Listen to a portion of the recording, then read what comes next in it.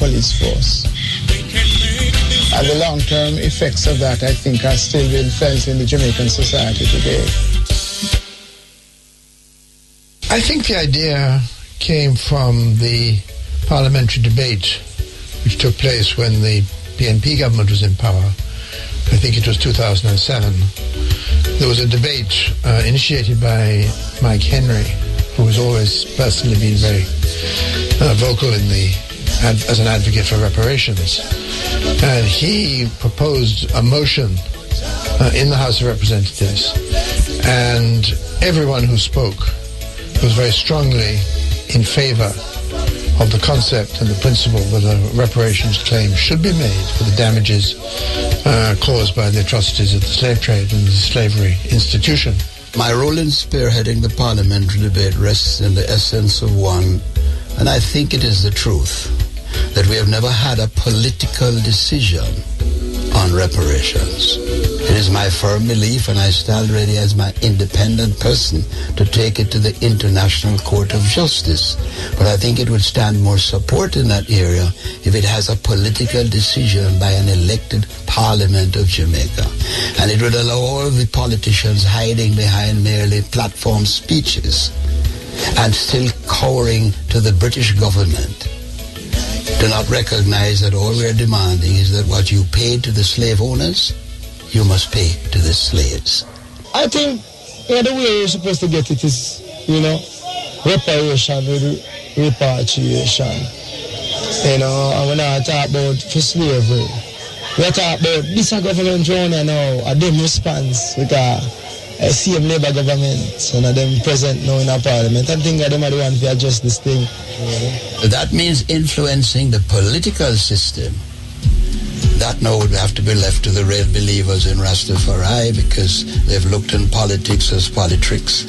Now, therefore, I maintain, and this is a totally Mike Henry position, I believe that voice comes through religion.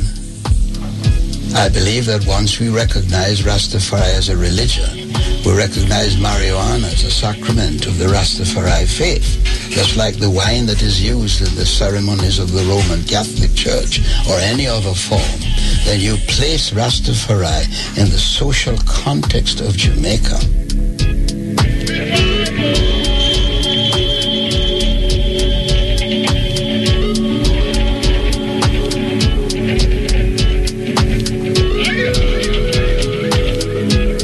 One of the greatest injustice that has been with us since slavery was abolished is lack of land. 90% of Jamaicans are squatters. That's what we're called, squatters, and can be evicted from any piece of land at any time without notice. It takes away your total dignity. And so if nothing else is given, I think the black people in Jamaica should be given land. Legal tenure to land. I think land makes you, being a landowner, gives you honor.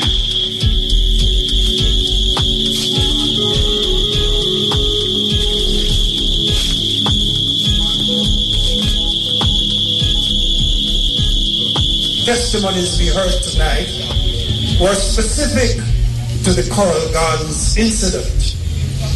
But elders like Ma Ashanti, I see here tonight, and so many others could testify of the many humiliations and the many acts of discrimination that they suffered on account of this movement. But yet, by holding fast to their faith, by holding fast to their principles, they were able to prove that they're neither mad nor bad. Then if you're not mad and you're not bad, you must be good. You must be holy. You must be sacred. And that is what the Rastafari movement has come through and survived in order to reach where it is now, where you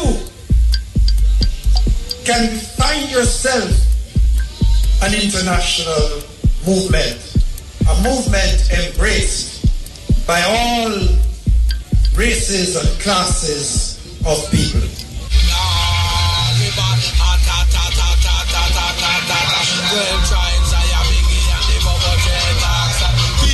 Every year, Rastas commemorate the 1963 incident through drumming and personal testimony.